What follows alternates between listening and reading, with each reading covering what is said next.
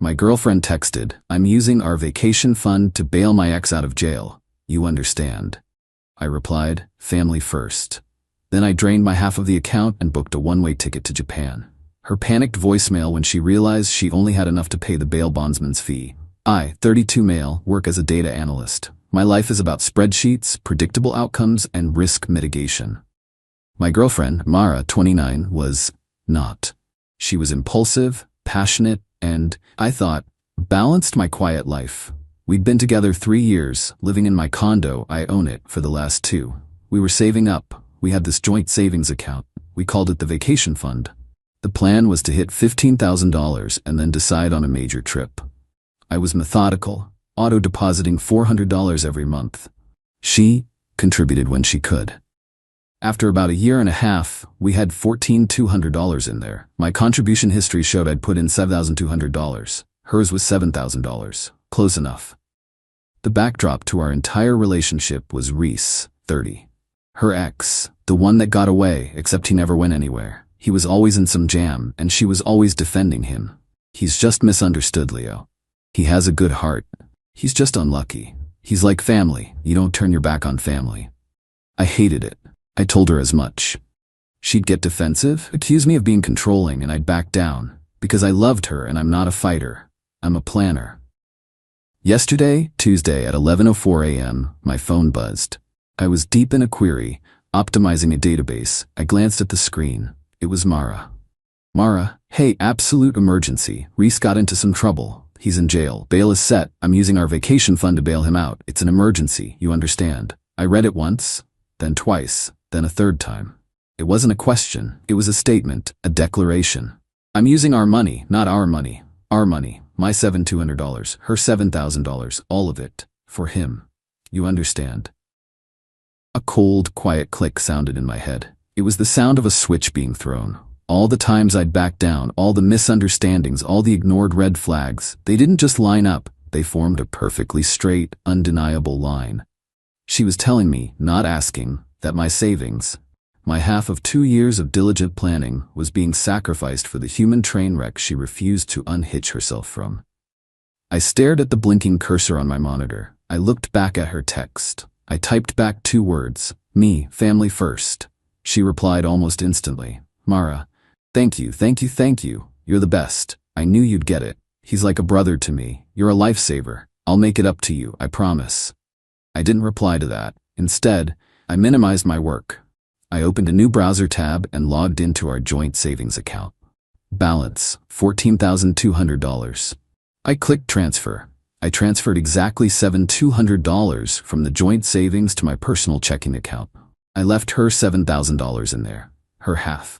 Then I opened another tab, an airline website. I'd always wanted to go to Japan. Mara thought it was too far and the food is weird. I found a one-way flight, premium economy, leaving this Friday. I had over 4 weeks of PTO saved up. I entered my credit card details and clicked purchase. I composed an email to my boss. "Hi Mark, a sudden and pressing family emergency has come up. I need to take my accrued PTO, 4.5 weeks, starting this Friday. Date. I will have my work laptop and can be available for critical issues remotely, but I will be in a different time zone. I'll get all my current projects to a stable handoff point by EOD Thursday. Apologies for the short notice." I sent it. My boss replied in minutes. "No problem, Leo. Hope everything is okay. Keep us posted." I put my phone on silent. I went back to my spreadsheet. I felt nothing. No anger. No sadness. Just quiet. The quiet of a decision made. Around 3:30 p.m., my phone, silent, started vibrating so hard on the desk it sounded like a trapped wasp. It vibrated, stopped, over and over. I ignored it.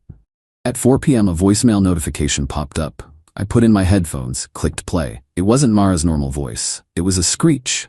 Leo, what did you do?" "I'm at the bail bondsman. I'm here. I told them I had the money. They said the bail is $100,000. The fee, the bondsman's fee, is 10%. It's $10,000. I told them fine, I have the vacation fund." A shaky, high-pitched breath. I went to the ATM to pull the cash and the card. The card. "Leo, there's only $7,000 in the account. Where is the rest of it? What did you do?" "I'm $3,000 short. They won't take it. Reese is, he's stuck in there. His mother's crying, "What is wrong with you? You said you understood. You said family first. Call me back now. You did this on purpose." The call ended. I listened to it again. "You said family first." "I did.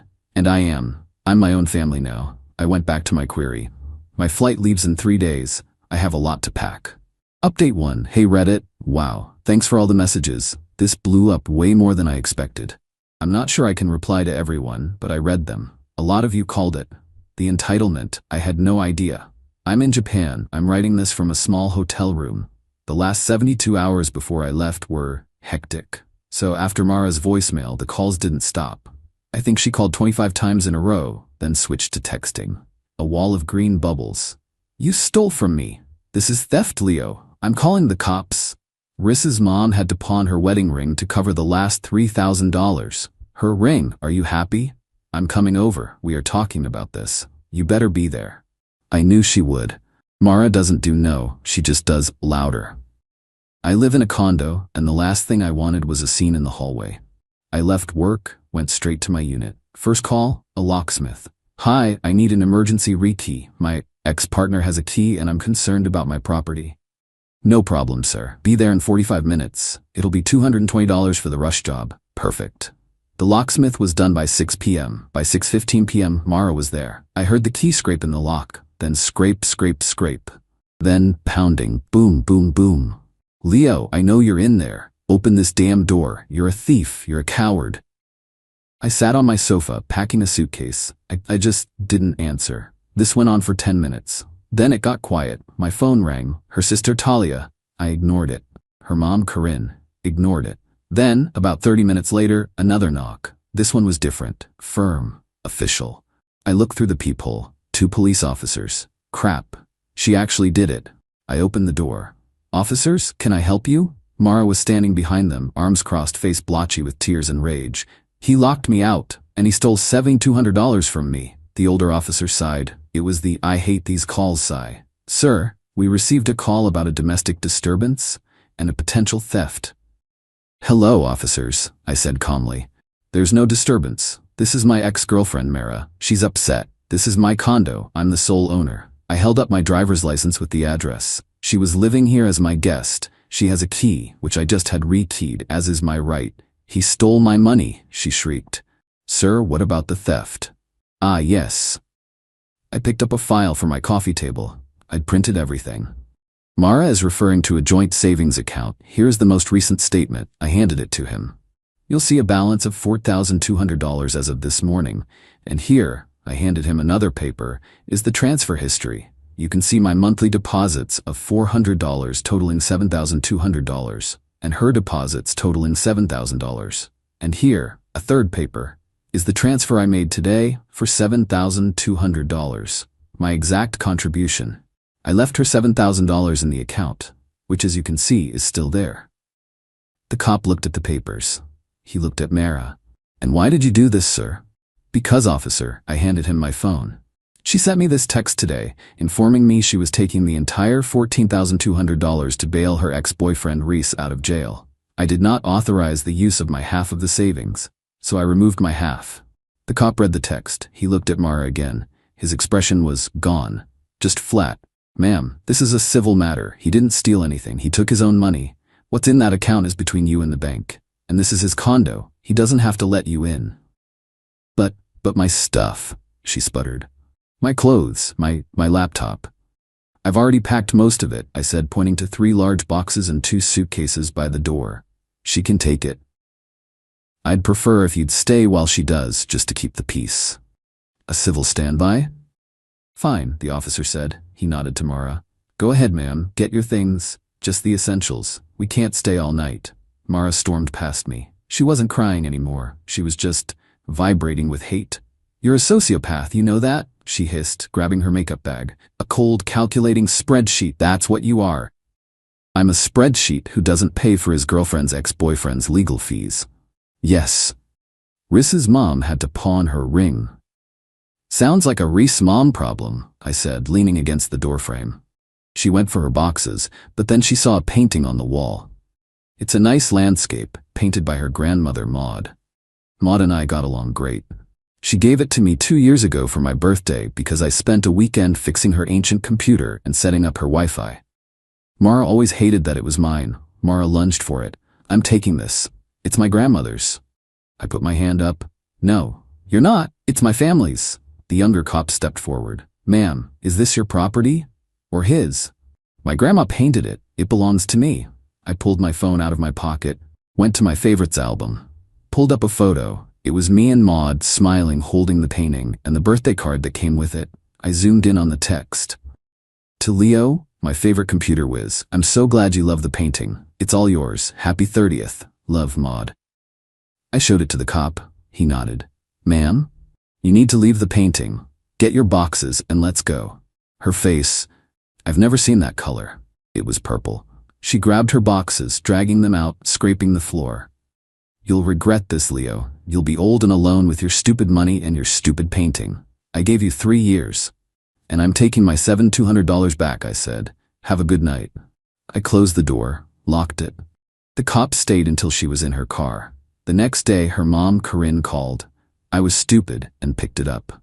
Leo, darling, she said, her voice dripping with fake honey. I think there's been a terrible misunderstanding. Mara is just, she's so distraught. She has such a big heart, you know. That money was just for an emergency. Reese is a good boy, he gets turned around. Corinne, he got arrested. A bar fight, boys will be boys. Now, Mara is $3,000 short on the bondsman, and her account is overdrawn from, well, you know. I think the right thing to do, the Christian thing to do, would be for you to send her that money you took. Be the bigger man, Leo. Don't be so petty. The Christian thing? How about the logical thing? The logical thing is for me to not light my savings on fire for a man who, by the way, Corinne, it wasn't a bar fight. I looked it up. Public records. He was arrested for check fraud. He was stealing checks from his part-time job. Silence. Well, I'm sure that's a misunderstanding, too, she said, flustered. The point is, Mara needs you. You can't just abandon her. Watch me, I said, and hung up. I spent the next 48 hours getting my life in order, put a hold on my mail, paid my condo fees 3 months in advance, and I hired my friend Ben, who has a key, to water my plants and grab any mail that slips through. I got one last text from Mara's sister, Talia. It was a screenshot of a small claims court filing form. You're being sued, you jerk. For the $7,200 you stole, plus $2,000 for the painting you're holding hostage, and $1,000 for emotional distress. You're not getting away with this. I just replied, see you in court. Then I blocked her. And Mara. And Corinne. I got on my flight. The takeoff was the best feeling I've had in 3 years. I'm here for at least a month, maybe longer. Let them serve papers to an empty condo. I'll deal with it when I'm back. Right now I'm gonna find the best bowl of ramen in this city. Final update. Hey Reddit, it's been about 3.5 months. This is the last update. I came back from Japan 2 weeks ago. My trip was clarifying. I stayed for 9 weeks, worked remotely part-time, explored. I learned to be alone again, and I learned I really like it. When I got back, there was a stack of mail waiting for me. Thanks, Ben. In that stack was, as promised, a summons for small claims court. Mara, Corinne, and Talia were all listed as plaintiffs. They were suing me for $10,200. The $7,200 they claimed I stole, $2,000 for the value of the painting, and $1,200 for, I don't know, her moving costs and distress. The hearing was last Thursday. I showed up in my work suit. I'm a data analyst. I came prepared. I had a binder. Mara was there, with Corinne and Talia flanking her like disgruntled bodyguards. Reese, notably, was not. The judge, a tired-looking woman who clearly had a packed docket, called our case. Case 304B, Mara's last name versus my last name. Ma'am, please state your claim. Mara stood up, papers shaking. Your Honor, my ex-fiancé. I literally choked. We were not engaged. Maliciously and without warning, stole $7,200 from our joint savings account, leaving me stranded and unable to pay an emergency bill. He did this out of spite. He also stole a priceless family heirloom, a painting from my grandmother that's worth at least $2,000. And he abandoned me. I had to pay for movers and a deposit on a new apartment. It's caused me severe emotional distress. The judge looked at me. Mr. My last name, your response? I stood up. Your Honor, I opened my binder. First, we were not engaged. Here is a copy of my condo's deed, in my name only, purchased before our relationship. Here is the lease for her new apartment, which she signed with her ex-boyfriend, Reese, 2 days before she texted me. It appears the emergency was just moving in money. Mara went pale. Corinne hissed. That's not order, the judge said. Continue, Mr. My last name. Second, regarding the $7,200. I passed a folder to the bailiff. Here is the full certified statement from the joint savings account, showing every deposit by both parties for 18 months. As you can see, my total contribution was $7,200. Her total was $7,000. I withdrew my contribution, leaving hers.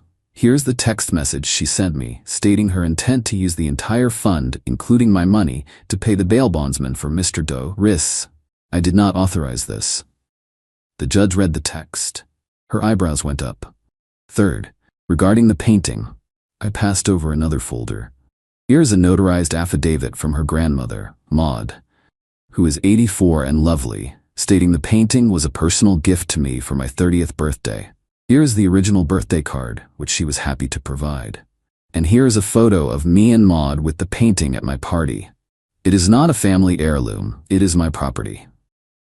And finally, I said, here is a copy of the public court docket for Mr. Reese, last name, the man she was bailing out. He was not arrested for a bar fight, as I was told, but for check fraud. He pled guilty last month and was sentenced to 18 months. I sat down. The courtroom was dead silent. The judge looked at the paperwork. She looked at Mara. Ma'am, the judge said, let me get this straight. You tried to take your boyfriend's savings to bail out your other boyfriend who was on his way to prison for fraud. When your boyfriend smartly took his own money, you sued him? And you tried to claim a painting your own grandmother gave him? He tricked me, Mara said, her voice cracking. He was manipulative. He said family first. And it seems Mr. Riss is the family you chose, the judge said flatly. This is the most frivolous and frankly insulting case I've seen this month. You're lucky he isn't countersuing you for harassment. Case dismissed, with prejudice. Ma'am, I suggest you take a hard look at your life choices. Don't waste this court's time again. Mara just stood there, mouth open. Corinne started sputtering. But Your Honor, the distress. Get out of my courtroom, the judge said. I packed my binder. As I was leaving, Talia got in my face in the hallway. You think you're so smart with your folders. You ruined her life. No, I said, adjusting my tie. She had a life, she had my savings, she had her grandma's painting. She was willing to trade all of it for Riss. The trade just went through. Excuse me. I walked away. I didn't look back. The last I heard from Ben, who heard it from a mutual friend, the situation is bleak. Mara and Riss's mom, the one with the pawned ring, are now in a massive feud over who Riss really loves, and more importantly, who he owes money to. Mara lost her job, not because of me, but because she was apparently a whirlwind of unprofessional chaos for a month straight and missed 3 major client deadlines. She's living in that apartment with her name on the lease, and Riss, well, he's not paying rent. I got home, took Maud's painting, and hung it in my bedroom, where I can see it every morning. I'm back at work. My boss is glad I'm back. My spreadsheets are clean. My accounts are my own. I'm planning a trip to Southeast Asia for next spring. This time, I'm buying a round-trip ticket. It's over. I feel light. I don't feel happy, not yet, but I don't feel angry. I just feel free. And $7,200 richer than I would have been.